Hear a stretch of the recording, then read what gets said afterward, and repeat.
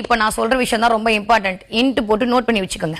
ஓகேவா? வீட்டில் எல்லார் வீட்லேயும் எல்லா தமிழர்கள் வீட்லேயும் கண்டிப்பாக இருக்கக்கூடிய ஒரு விஷயம் என்னன்னா வெள்ளைப்பூண்டு.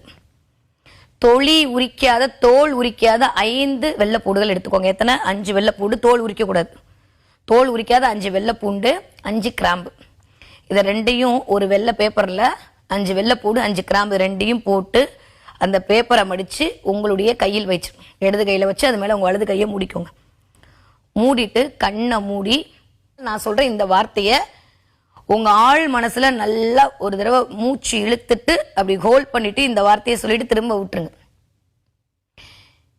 எங்கும் வெற்றி, எதிலும் வெற்றி, எனக்கு தான் வெற்றி. கிளியர்?